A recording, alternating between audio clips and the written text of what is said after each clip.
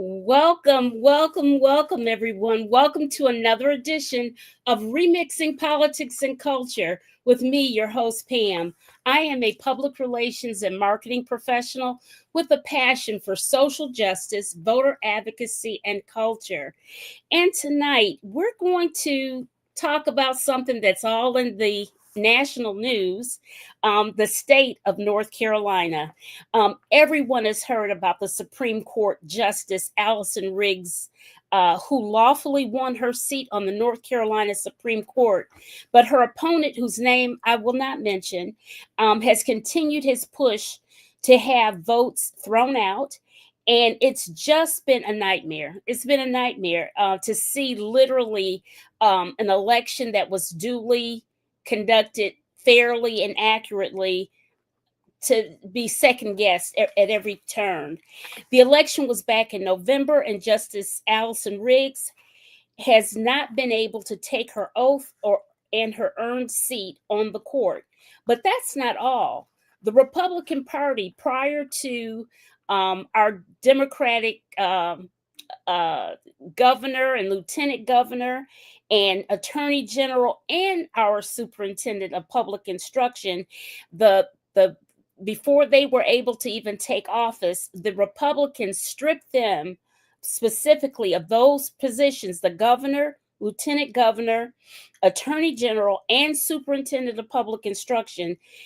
All seats won by Democrats. They stripped them of power, of some of their powers. Every time you turn around, the Republicans are engaged in a power grab here in the purple state of North Carolina. I have two powerhouse women that are intimately involved in North Carolina politics on the show tonight. First, I have Janice Robinson.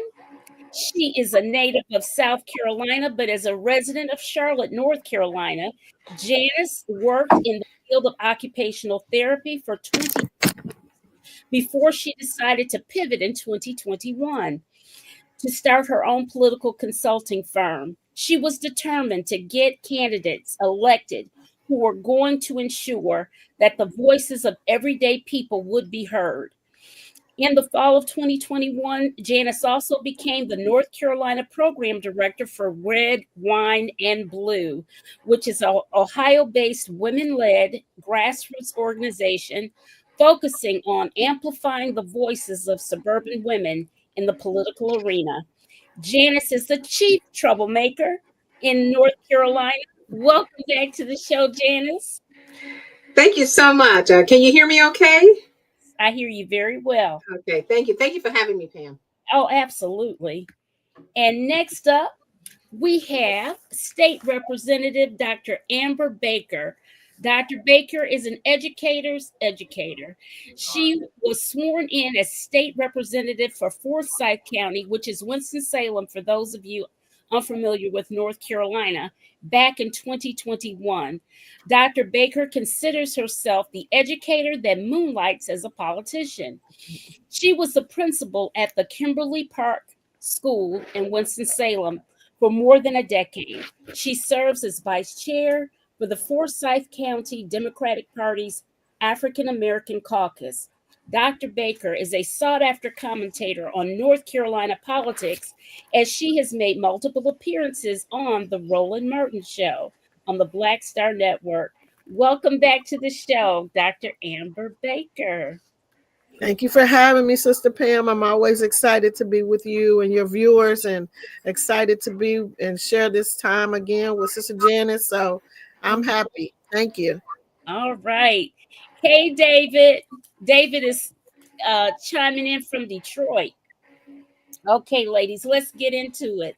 Let's start with the obvious that has received so much media attention: attempted theft of a North Carolina Supreme Court seat that Justice Allison Riggs won point blank. Okay, I hear some feedback on your side, Janice. You have any? I don't hear anything here. I hear you all, but I don't hear any feedback. Oh, okay. I do hear the feedback. Okay, and now it went away. So hey, that's good. I hear it a little bit. All right. Okay, who wants to start first about the Supreme Court debacle? Well, I'll start. So, do you hear the feedback when I'm talking? No, keep Okay, talking. okay. So, so what Griffin and his cronies are doing, I think a lot of these people are part of the MAGA crowd and so forth that are helping him do this to try to um, steal the votes of North Carolinians. And now what they have gotten to is wanting to just focus on about 14 or 1700 votes, overseas votes, which of course is many of our military. And so that's a big no. Our military Americans have every right to have their votes counted as well. Mhm. I think what they're trying to do is because they have found this case through two tracks. Of course, the federal judicial track, but also our state judicial track. And Mhm. so, and it's been bouncing back and forth as rulings have been set down on each side. And so now the latest thing was the Fourth Circuit, the two panel judges on the federal Fourth Circuit basically have put everything on pause and halted the Board of Election efforts to reach out to voters to try and cure ballots. So they've stopped it. Of course, now then this is what Justice Riggs wanted to have happen. Mhm. However, Griffin, in every case, they are appealing every time they are knocked down. Of course, Justice Riggs on her side is appealing. But I think it's very clear that what Griffin and the extremists are trying to do is get this all the way up to the U.S. Supreme Court, and Mm. where they have where unfortunately we have a U.S. Supreme Court where I don't put a lot of confidence in, and Mhm. so I think they're trying to wind this thing all the way up to the U.S. Supreme Court, where they're hoping that the U.S. Supreme Court will rule in their favor. Besides this just being horrible what they're doing and trying to steal this election, um, the fact that if they get away with this, it Mhm. will be basically the playbook that will be attempted across almost every state in this country. And Mhm. so here in North Carolina, we have to fight tooth and nail to make sure this just does not happen. Right. Right. Absolutely. Dr. Baker, your comments? Yeah, so we are the standard bearer for all things horrible in legislation, right? True that.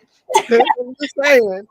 And so we must remind our viewers that there has been 3 recounts, Mhm. and every recount has validated that Judge Allison Riggs won by 734 votes. Mhm.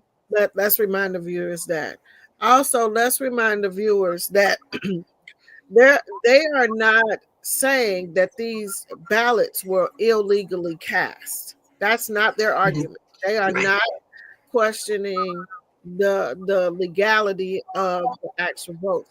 What they are attempting to do is to target early voters, right? Because if you a day of voter, they can't tap your information. And so what they're attempting to do is Hold on, to Dr. Baker. We're back. We're back. We're hearing the feedback. You hear the feedback? I do hear the feedback. Yeah. Do you have anything else background? Huh? You have one or any other internet? No? Okay. Well, I don't I don't know how to I don't know. Are you using your phone or the computer? I'm using my computer. Okay. You have on any other program for the background on your computer on. Make sure you're closed out. Pam, it almost sounds like it's coming from your end, tell you the truth. Really? Yeah. Huh. I don't I don't know. Because I can hear Dr. Baker fine. I'm hearing you're breaking up. Huh. Girl, who knows? But look, it's fine now. But keep going, Dr. Baker.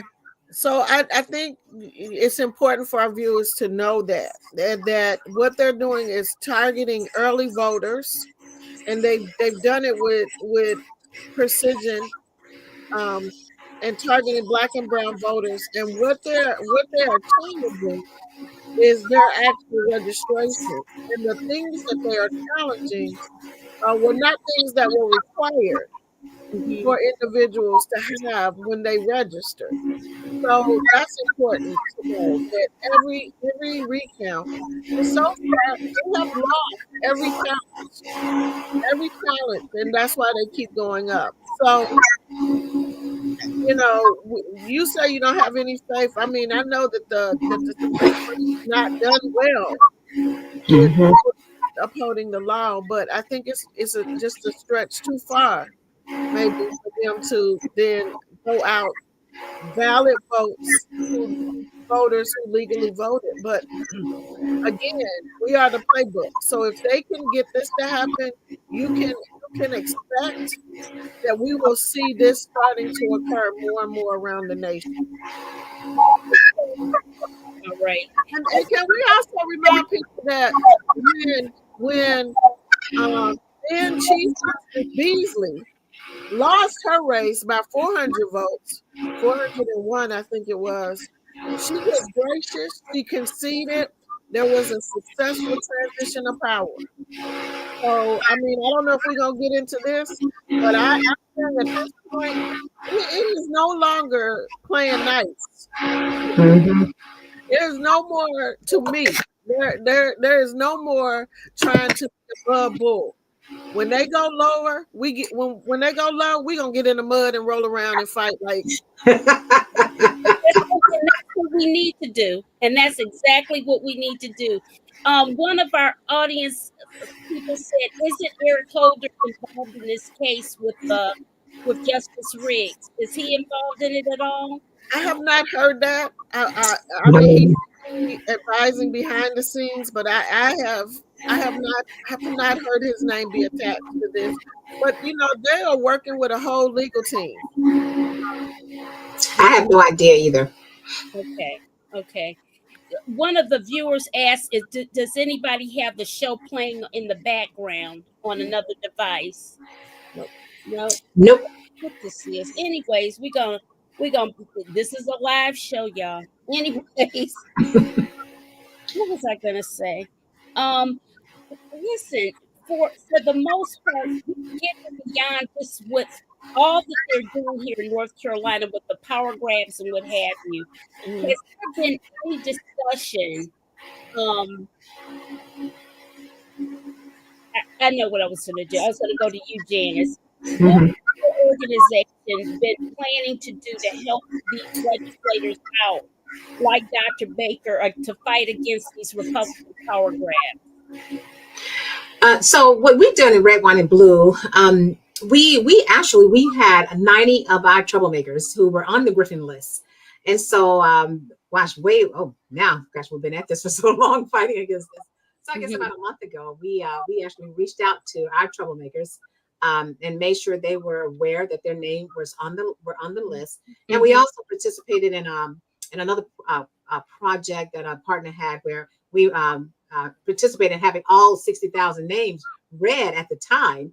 Uh, Mm-hmm. and some were done at the Capitol, and then we continued to read those over social media.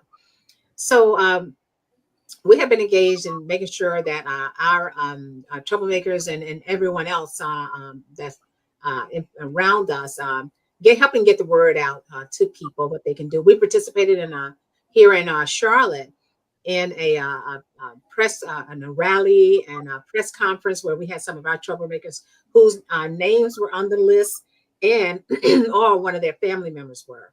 Mm-hmm. And so we are continuing to and support and taking our cues from what Justice Riggs is asking everyone to do. And so in the meantime, we're kind of pausing as she has asked us to do to wait for what's going to happen with this next Mhm. potential appeal. And so, but we're just helping to support the efforts that Justice Riggs is doing. Okay. All right. Yeah, can I tell you another thing, Pam, that we Yeah, started? absolutely. Yeah. So what again? I'm a big believer in going on the offense. I don't like feeling that okay. Progressives are always reacting to crap that Yeah, extremists are doing. And right. so one of the things that we have created in Red, White, and Blue, North Carolina, we have created what we call our North Carolina General Assembly Brigade. We reached out and asked our troublemakers if they would sign up to join the brigade. And what this will involve is our troublemakers, basically, we're going to be in the room. We're going to be in the room at the Capitol, in the General Assembly, and in Mhm. these committees. They're signing up for and self-selecting their own schedules when they will be in the room. They will be in the room wearing our red, wine, and blue, red patriotic t-shirts, so these people can see us. And Mhm. basically, we're going to be taking names, and they will be reporting back to our women in our network through our Facebook page. And then in this way, we were going to be prepared to hold these people accountable in 2026. We Right. come to know that we are watching them. We have over 35,000 troublemakers that have joined our network, women who have joined our network in Carolina. North Carolina. And Okay. so we got to let these people know that we're going to be mobilizing our 35,000 to make sure we hold them accountable in 2026. We're going to be helping to vote some of these folks out of office. That's right. That's right. Absolutely. Dr. Baker, you got the brigade coming. And they can come on. I just want to make sure that they're knocking on the right doors, and Okay. that they're sending the emails to the right people, and that they're making the phone calls to the right offices, because oftentimes they bombard the people who are on the right side of issues. So I think that part of the strategy has to be to make sure that you're balanced in who you're contacting. I'm not saying don't contact my office, but I'm saying make sure that we are putting the pressure on the individuals that the pressure needs to be put on, including those who choose to vote um, with the others sometimes, which weakens our one seat majority.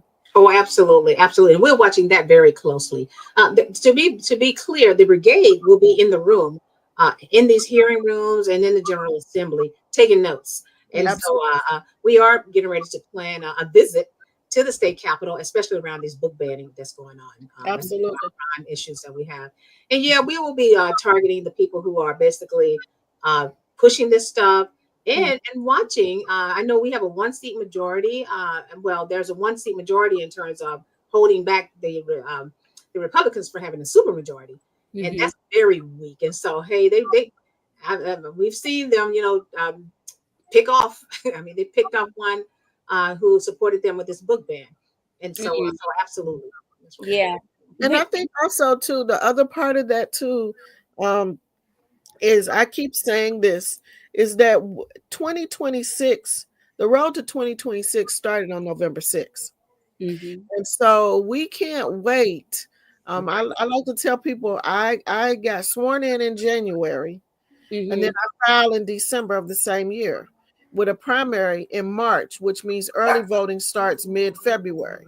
Right. So with that understanding, we cannot wait Right, till January to start organizing and mobilizing. We can't. absolutely, right. So we have also got to have people that are phone banking now, who are helping people to check their registration. We got some registration legislation coming down that is looking to criminalize organized voter registration. But we've got to do two things at once. We've got to keep our foot on the necks of people who are making this really bad legislation, while Mhm. we're also educating voters and making sure that we're mobilizing them now. And Absolutely. so it has to be twofold. And I know that I've said it on this show, and I've said it on a number of shows, and I'm saying it. I said today in two different community meetings, that everybody is always looking for, how do we organize outside of community, right? We want to knock on doors, and how do we go in the community and knock on doors and get voters registered and get them to the polls? Well, there is people that can do that, but how about you start with your circle of influence? right? And I've been riding hard on the Divine Nine.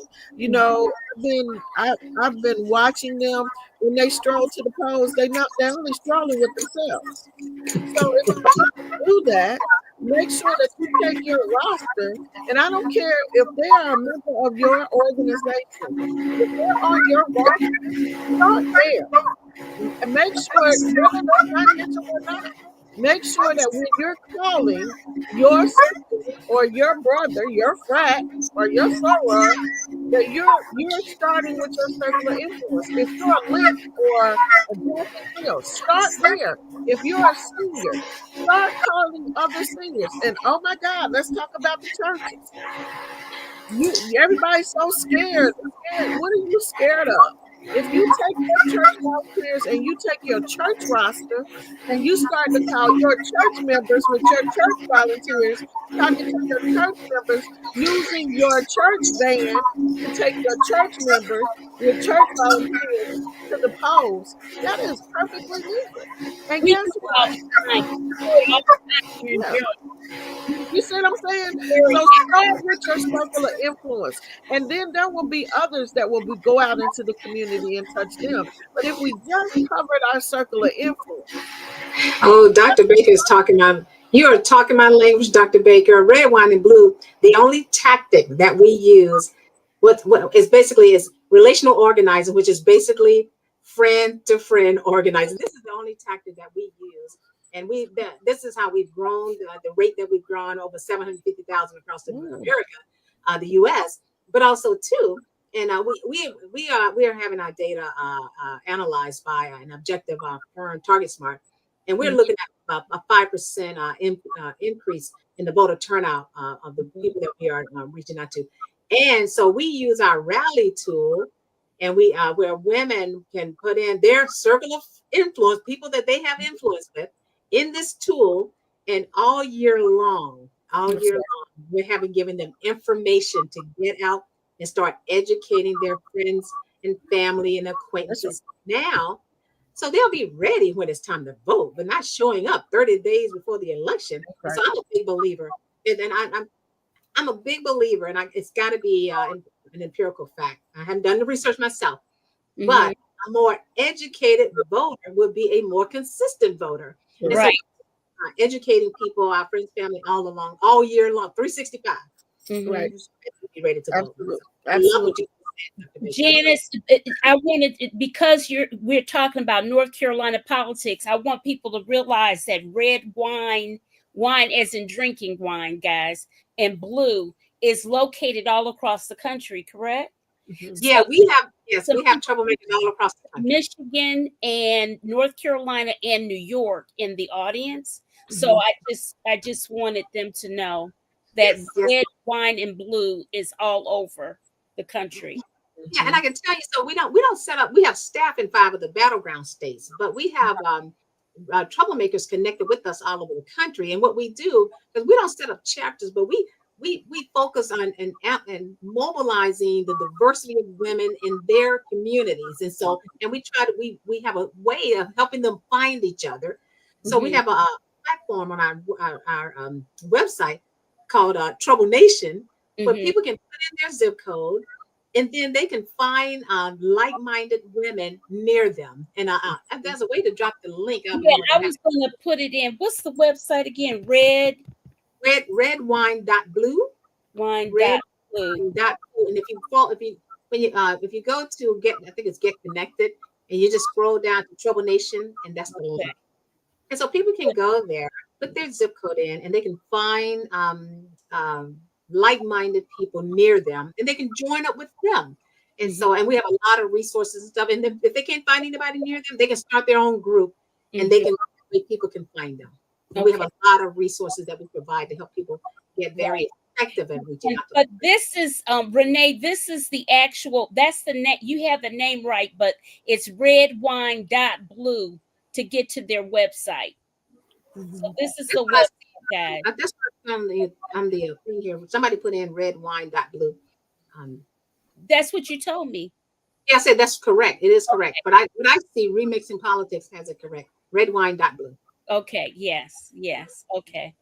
All right. So, listen, I wanted to, as we well know, North Carolina had one of the most horrific storms ever.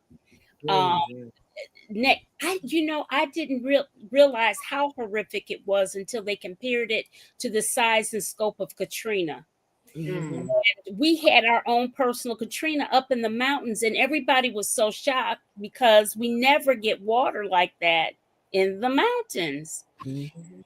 And it really destroyed the area, and it still needs so much work. I'm curious, Dr. Baker, how now that the Trump said no, No. he's no to the money that um Biden had already allocated to send here. Yeah. And And no to reimbursing uh, uh, the money that had been spent in advance that they were supposed to reimburse. So we had an update from Secretary Eddie Buffalo around public safety and the amount of money that North Carolina has spent to mhm, ensure from the public safety department. Uh, I won't quote the number, or I may misquote the number, but I think it was somewhere around $60 million that they spent out of their budget mhm. to with the understanding that they be reimbursed. And now Trump is not only saying he's not sending the money that previously was promised, but nor is he going to reimburse the state for the Mm. money that they spent in advance. So And how is that going to impact our budget? I did have a clip here of Governor Stein talking about us all working, pulling together. yeah, he's been talking a lot about that. But Mhm. obviously he doesn't know who he's he's dealing with, right? Yeah. Because we can pay lip service um, Mhm. to us working together, but you see how the money has trickled out of the state, and their argument on the other side has been, we're going to make sure that they have what they need, but we're gonna make sure we're assessing, and so it's baloney, right? Like, people are suffering. They Yeah. are suffering. And we know that there is money that needs to go.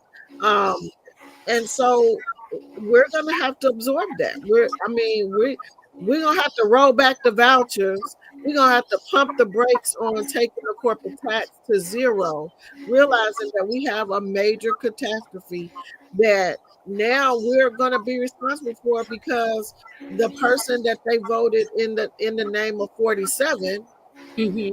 has said middle finger to all of you. Right. Like, I don't care.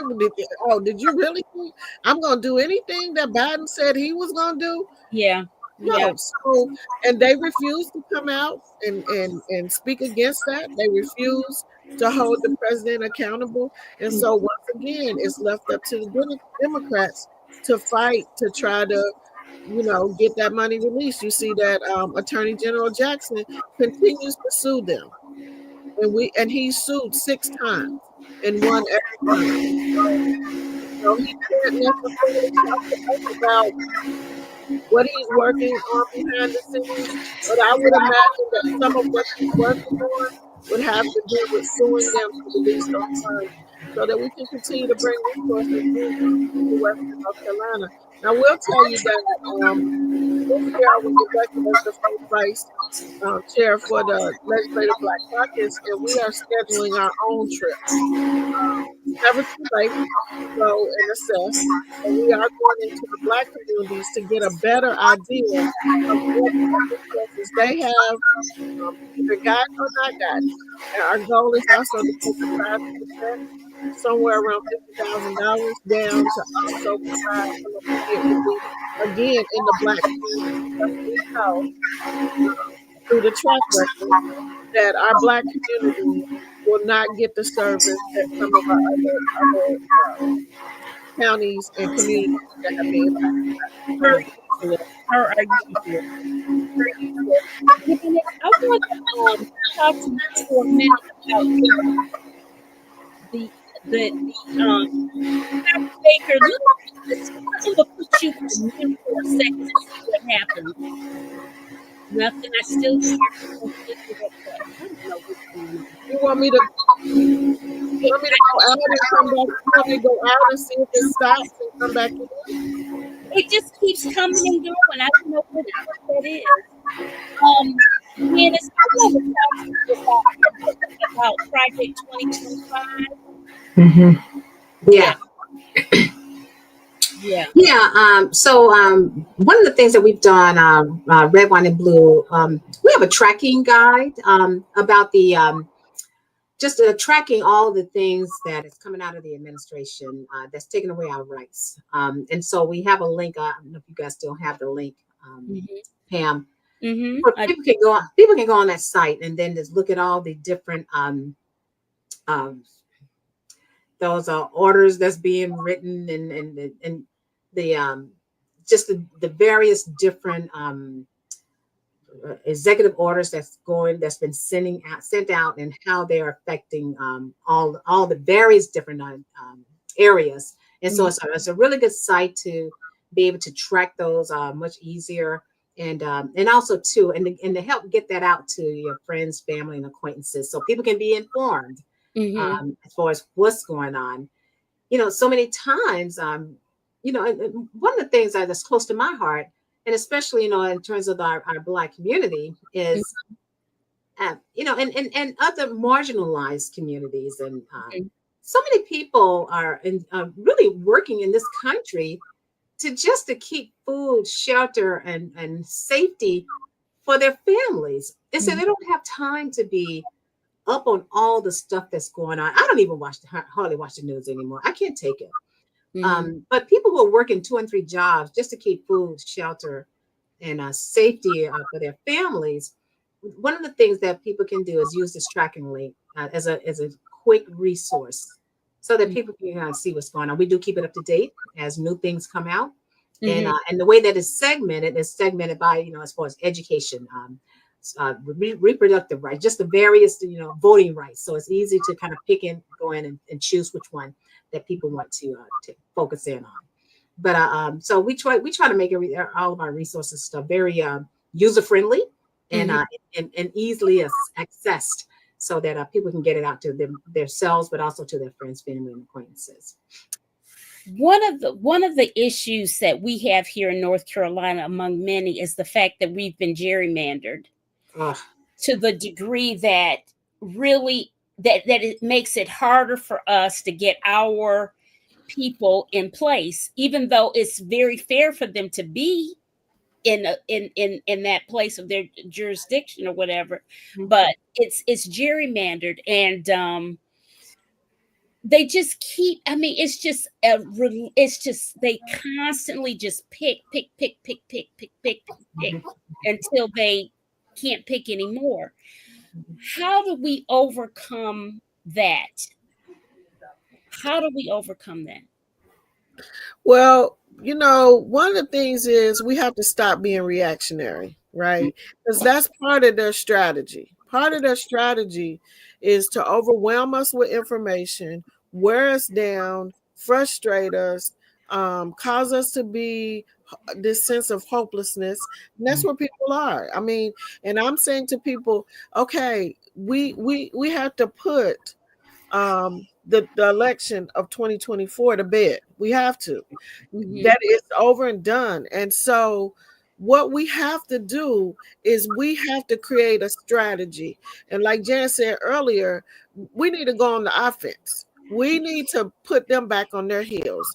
One of the things that we did a couple of weeks ago was when that DEI bill got to moving, I talked to the Black Caucus, and we were prepared to show solidarity by wearing black and unity by wearing black. The Senate had already voted on the bill, and they did wonderful debates. So they were prepared to wear black. I talked to our caucus leader and talked to the caucus, and we mobilized the caucus to wear black. We then encouraged our partners to pack the gallery and to all wear black.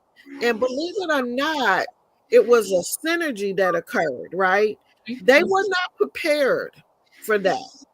So we can't keep trying to anticipate what their move is going to be for our move. We've got to start moving and then put them on the defense. Make them figure out what they're going to do. So that particular bill got pulled twice. Mhm. Were not prepared for that. They were not prepared for us to be organized, for us to be unified, and for us to be able to mobilize our community partners. So, in terms of what do we need to do, we need to start chunking our attack. And we got to do it independent of whatever they're going to do, because that's none of our business. Our business is about what are we going to do. And I think the 2025 piece, it is so much information in there that what I've been encouraging people in the community to do is whatever, get together in a group. And whatever your interest is, you take that part of 2025 and then you become the expert on that, and then you train everybody else.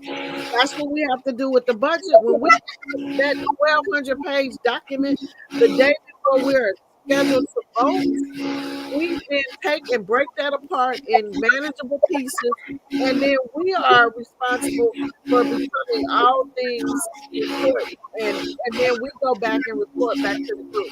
So 2025 is a dangerous document, but unless you have the energy, the strength, the wherewithal, the knowledge, how to enter, it's overwhelming. So we've got to start making information accessible, and we have to realize that to our parents, I used to be one of them that worked 3 jobs, who lived in substandard housing, who had welfare, and I'm just trying to make it. We got to be able to make information so accessible, and it can't all be online, and it can't be where people have to go and find the information. That's where our community partners, that's where our Divine Nines, our Links, our Jack and Jills, our churches, every last one of those organizations has a social justice piece. The responsibility now is for them, us, to come out of our silos and get back into community and meet people where they are, and get the information to them in the lowest level possible. And that is not to say that people are not intelligent, but we have to make it so that it's accessible and that people can understand it and possibly be able to do something with it. Can I share with you another thing as far as going on the offense? Dr. Baker, you and I are like this. I'm a big believer in going on offense. One of the things that Red, White, and Blue is participating in is we are holding constituent-led, participating in organizing and planning, constituent-led town halls in these Republican congressional districts. Yes. And we're holding them also for Senator Tillis and Senator Budd. I live here in Valentine. Tillis, please. I live here in Charlotte in the Valentine area. I'm in District 14, Congressional District 14, which is the district that Tim Moore gerrymandered for himself. They took a sliver of Mecklenburg County, because they divided up Mecklenburg County into 3 congressional districts. They took a sliver of those of us in Mecklenburg, from the northern Mecklenburg County, west part of the western side, and down in here to South Charlotte and to Valentine. We are in the district extends all the way to Rutherford, all those other 5 counties west. So when we decided to have our congressional district constituent-led town hall, we decided we were going to have it in the center of the district. So we pretty much threw a dot and realized that Cleveland County was in the center. And then it would be a fair location. So those of us in Charlotte would have an hour to drive there. Also, those of us from Rutherford would have an hour to make it more equitable in terms of getting in the district. And it just so happens it was in Tim Moore's backyard. We focused on we focused on just making it constituent led, so that we didn't advertise it and make it where it's Republican or Democrat or progressive.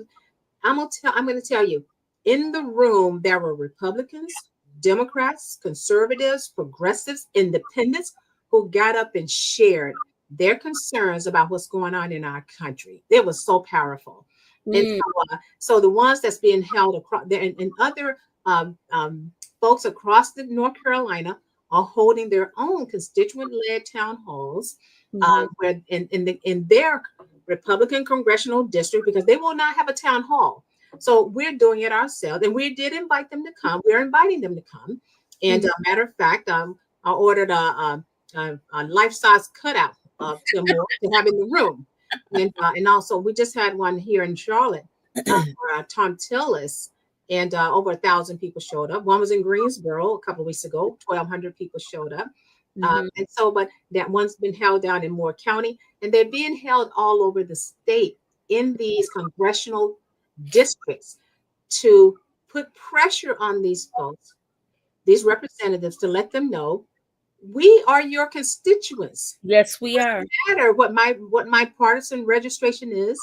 It doesn't matter if I voted for you or not. You are my representative, and Yeah. so it's your responsibility to have my voice and take my voice to DC. And so that is the kind of a messages that we're sending to these folks. Right. Yeah. Dr. Baker, you're on mute. Let me unmute you. We have to keep that pressure on them. Mhm. We Yes. have to, because what happens is we get fired up, we get the people energized, and then we stop, right? And Mhm. so then we get to the primary, and it all fizzles away. So we've got to keep, like I keep saying, we've got to keep the foot on the gas and on their necks, like all the way through. And additionally, hopefully, that as we are looking at a statewide strategy, like we did for the House and the Senate, we contested 119 out of the 120 seats. And the only seat that we couldn't get somebody to run against was Cleveland County. So we have to continue to do that. Like, and then continue to encourage people to take a chance on voting for a Democrat this time. So it makes no difference if we can energize even the Republicans or the independents if we don't offer them a candidate, an alternative candidate for them to vote for. Right. That's absolutely right. I was trying to look up for Zachary Clipper. He asked the question, what percentage of voters are Black in North Carolina? And I don't know. We're in the weeds, Zachary. It We're in says, the weeds. We're in the weeds. Zachary, I'm gonna look it up, but let me tell you, that's the weeds. Because right now, the Blacks by themselves will not win elections. So again, Pam gonna get you the answer, but I'm gonna tell you that we can't continue to be on the shoulders of Blacks. And if 2024 didn't show us anything, we showed up. We did our part, but it wasn't enough. And so we've got to mobilize everybody. yeah. Miss, do you have that? Do you know that data? Who? Do you know that data, Janice, about the number of Blacks? Oh, you asking me? Yes. Okay. No, not off the top of my head. I would have to look it up. Yeah, I'm trying to look it up, and it's not like jumping out. Even though I've given it very specific instructions, I guess I should have went through GPT. I don't And I'm know. afraid to go to the Google right now, being on here because of this, just the Yeah. audio stuff. Right. If y'all have a way to reach Zachary, we can get that to him. Yeah. Oh, yeah, I do. Zachary has been on the program before. He is a very politically astute. He can probably tell us. If that's the case. He's in Michigan. He's another Michigan person. Hey, that data is out there. Janice, he can't go to redwine.blue and put that information. And we do not have that We don't readily have available that on our data site. there. Okay. Yeah. I just thought I'd ask. Yeah. I wanna there is an event that's coming up here in North Carolina, and you're going to be Yes. happy that I have it. It's because it's actually going to be at my church. It's going to be at St. Joseph, and Is, I'm going to show it is that to. the one, the State of the People? Yes. I would Yeah. love to drive up for that. I got a busy. I'm going to be so Is busy it? both You days. guys see it? Yes. Yes. Okay, so the people are rising. The truth is calling. State of the People Power Tour. This is a nationwide call to action. St. Joseph AME Church here in Durham. We are a very much. I say we because that is my church. It is very much a social activist, social justice focused church. It is. We do social justice Sundays and the whole nine. And this Tuesday, April 29th at 5:30 p.m., the people will be here. I am not sure, um, honestly, of who all is on the tour, but my pastor will be a panelist. And I was trying to look up to find out who the rest of them are. But for those of you in North Carolina who listen to this show on the playback, and those of you are on the show right now that are in North Carolina, come to St. Joseph. St. Joseph's is at 2521 Fayetteville Street. It is literally walking distance from North Carolina Central University. All right. So let me be back. All right. So that's my plug for that. I think I have some numbers for Zach. So I just looked it up on the North Carolina Board of Elections. Uh-huh. And let's see here.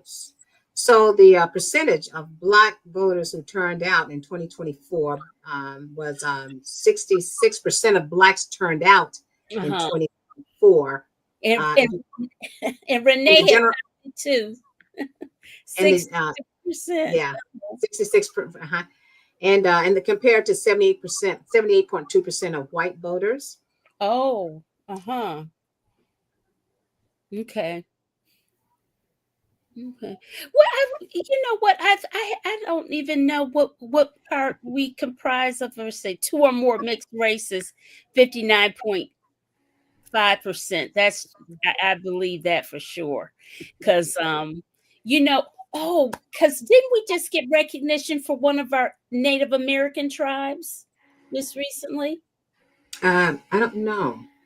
Dr. Baker? I think we did. I hadn't seen that, but I do know that we met recently with the tribal council for one of the bands down west, actually, and they are actually beginning to advocate and Mhm. request a seat at the table, and Yeah. they are asking to be considered. They talked about the gambling bill and how they were not even considered, and no one talked to them about it, which is disrespectful, right? Because it does affect what they've been doing. Same thing with the marijuana bill. You know, they have legalized marijuana um, because they're sovereign, so they can legalize it. You can't take it off, off the reservation. You can't take it off of, but they legalized it within their community, and so they want to be a part of the medical marijuana conversation. They want to be a part of the conversation if we ever get to legalize marijuana in general. And again, they are they are saying that we want to be considered, and I applaud them for that. Mhm. I think if I'm not mistaken, that oh, starts with an A. I can't pronounce it, but it's that band that you're thinking. Yeah. Okay. So, Jan, do Yes. you have any words of wisdom for us as to what's next for your troublemakers to get us energized here? Yeah. So what we're focused on now, and I'm glad you asked that question because for our 2025 strategy that we're working in 2025 to prepare us for 2026. First of all, is continuing to grow our network. I set a goal for us to hit 35,000 by the end of September, because at the end of September, I go into get out the vote mode. It's like everything else, we going out to get out the vote, because we do have elections every year, twice a year, every year. Everybody get that in your mind. We vote twice a year, every year. So I set a goal for 20 to hit 35,000 by the end of September. We hit 35,000 by the end in mid-April. So I have bumped it up to 45,000 by the end of September. Again, one of the things that an idea that I stole from my good friend Dreama Caldwell and the Down Home NC crew, they have a fabulous co-governance model in their program, and I decided I wanted to implement that in Red, Wine, and Blue, because one of the things that I wanted to do with our seasoned volunteers, we're going into our 4th year. We're about to hit 4 years. We've had women who've been with us because we don't, like I always say, we amplify the voices of women around the issues important to them. And so we train women, and especially we go after women who, for whatever reason, are not a part of the choir, because that's our way of trying to expand the electorate. And so some of the women have been with us for a while. And so now we're getting ready to move them on to even more, being more of an activist kind of, and just growing them more. I've set a goal to have at least 20 of our women run for office. We need more women in office, bottom line. So we're going to be prepping them to run for office. We're going to be having some representatives from Lead NC and Lillian's List to come in and train our women who would have an interest in running for office. We're going to have them come in and do a special training for us in one of our North Carolina salons. With that co-governance model, we are mobilizing our women to show up and be in the room, and not only school board meetings, but city council, board of county commissioners meetings, and also to our brigade at the General Assembly. And then lastly, with our 365 a year, using our rally tool, having our women be very informed about the issues that are going on in our state ongoing, and getting and educating their friends, family, and acquaintances throughout the year as well, so that we all become more informed, educated voters. And so that's what we're planning. We're going to be focusing on the school board races this year and the municipal races. And also, too, we're getting ready to, the other thing that I've decided, Red, Wine, and Blue will lead the way in making sure that our judicial races are a household name. We cannot have the judicial races be an afterthought. This year, in 2026, 3 of our appellate court seats are up for election, and they're all held by Democrats. Not only that, of course, we know about Justice Earl's seat is up. And so 2026 is going to be a huge year for our judicial races. Unfortunately, we lost our three appellate seats in 2024. The ones that are up in 2026 are currently held by 3 Democrats. We have to now be prepared to fight for our courts. And so we are ready, and we'll be putting some more emphasis on judicial races. Last year, we spent some PAC money last year to emphasize those judicial seats, along with our Justice Riggs seat. And we'll be doing again. We're having a special salon for our judicial races, just to amplify. We got to get people informed. So we always try to go. I'm just an offensive person. I don't like going. I don't like being controlled and running after every crazy thing that they do. But I do think that you hit on a key issue, and I think one of the things that we need to be concerned about is the amount of money that's being spent into Allison's Riggs, getting that seat, securing that seat, as we rightfully should. I am a little concerned about giving fatigue because of the amount of money that's being collected for this defense to continue. And like you said, Justice Anita Earls is up. Are we going to keep that same energy? How do we begin to build that now? And every time I'm on, Sister Pam, I tell your viewers, particularly candidates of color. We don't raise at the same rate So, as other people. We don't get the same kind of support as our white counterparts. And so we have got to be aggressive about fundraising to ensure that those judicial candidates mhm. get the kind of financial support. It's an off-season election. Election money is usually down Yeah, in voting, and so we have to also keep that in mind as we are talking strategy, because it is concerning. I'm already starting yeah, to raise funds so that I can continue to craft the message, because a lot of times the money comes so late, Mhm.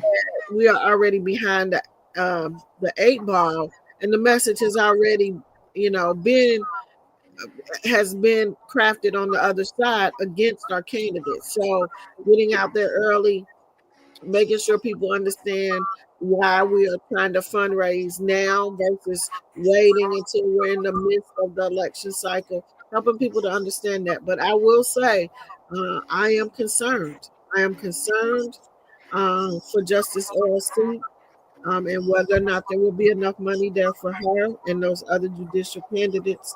Because again, there's a lot of money that's being pumped into securing the seat for Allison Riggs, and mhm. just hoping it is not at the expense of some of our other. We spent money Mhm. on Justice Earl when she came up, when they were doing something, that other mess they messed with her with.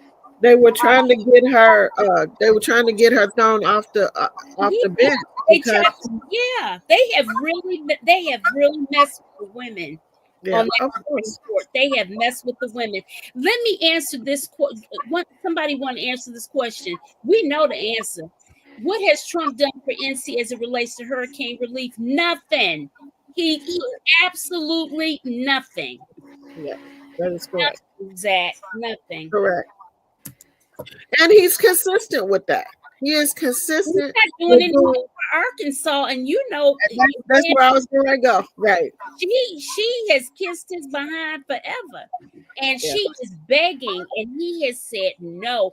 No. Listen, he doesn't even acknowledge. He didn't say anything about those horrible floods in Kentucky. Correct.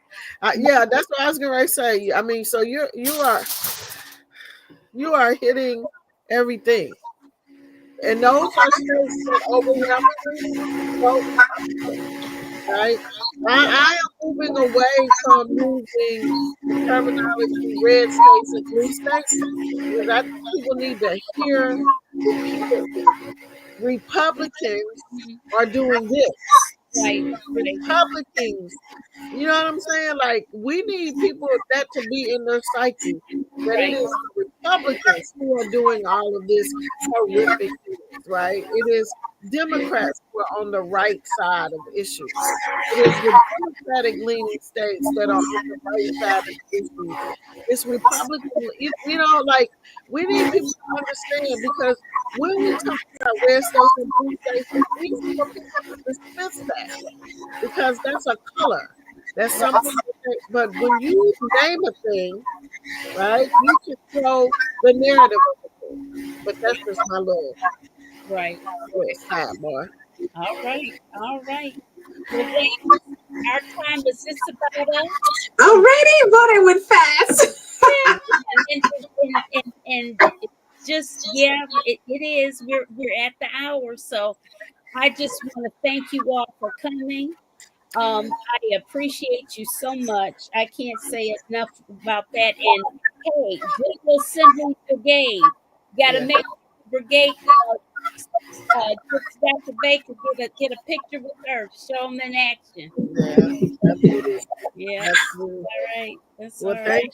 thank you, ladies. Thank you for all the work that you do, Sister Pam. Thank you, Sister Janice, for Uh-huh. controlling the brigade and the good troublemakers and the bad troublemakers and the troublemakers. I said, let somebody else decide whether it's good or bad. I'm just gonna show up to make trouble. So, Well, it's definitely been a pleasure being on with you, Dr. Baker. I love seeing you on Rolling. I start my day with Rolling Martin every morning. And I love seeing you on there. It was great. And I appreciate the time, the one-on-one time that we we had together. I really Yeah. appreciate it. Yeah, it's about time for them to give me a call. So much going on, and usually when we're hot on the radar of things, I get a call from them to talk about it. But there's so many other things that he's trying to address. But I did say it's probably about time for us to have another conversation about I wish everything. you had been there, but if we didn't have that conflict with the chancellor being inducted there at Central, you would have been able to be at that town hall that was Correct. But Roland asked some pointed questions at the town hall of the leadership. Yeah. One of our leaders that was in the house with you, Yes. and My seatmate. He's my seatmate. Yeah. another person that serves on city council.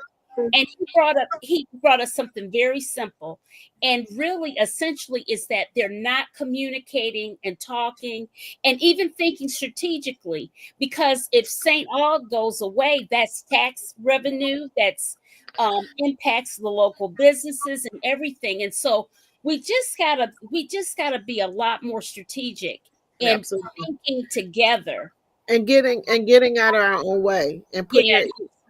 our egos in our back pocket and sitting on them. Because even with the thing with St. Aug's and with Shaw, Yes. what people don't realize is that real estate Mm-hmm. is now prime real estate. Yes, it is. That's It why is- Jim Goodman. Right. And so that is why they're trying to destroy those two schools. Right. Because it's prime real estate. Right. And so we must remember that and even be strategic about it, right? You don't have to sell it, do a long-term lease. Mm-hmm. Right? But you retain ownership.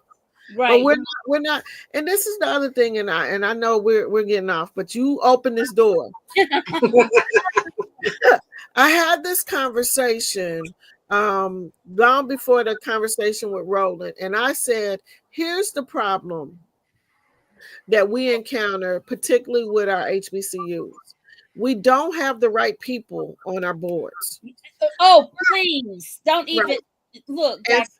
Please. And so you can reserve certain seats for your grandmama's cousin, auntie who found, we can reserve those kinds of seats, but we need to make sure that we have somebody that's an accountant on their boards. We need to have attorneys on the boards. We need to have a business person on those boards to help us understand strategic planning. And so we've got to start to build our boards better. Yes. Right?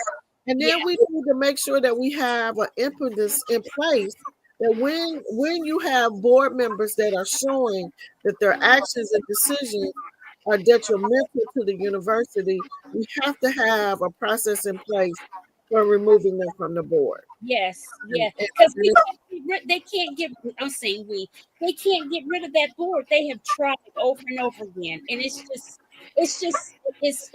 terrible. But anyways, we'll figure it out by and by, I guess.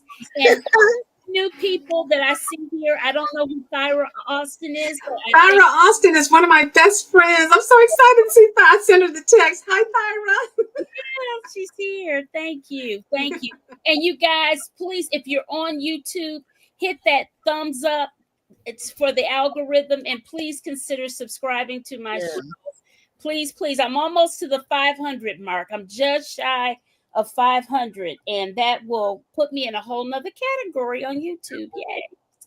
Well, again, thank you so much. And I'm putting my shameless plug in. If you want to give to my campaign, as long as we still have Act Blue, that's a whole other conversation for a whole nother time. Yes. You can go to my website, www.vote4amberbaker.com, and click that link. And every little amount, it adds up. Every amount. So there's no amount too big. No, well, $6,400 is max. Love to get my first $6,400 contribution off of your show, but give as little as $1, and as much as $6,400. So thank you. I'm almost almost there. The last I saw was at 4:40. So So you need 59 more people. yeah, I can get people are they want to watch it. Anyway, it's YouTube is, but anyway, ladies. All right. Good night. Thanks for having me again. Good night. Thank you. Okay. Good night.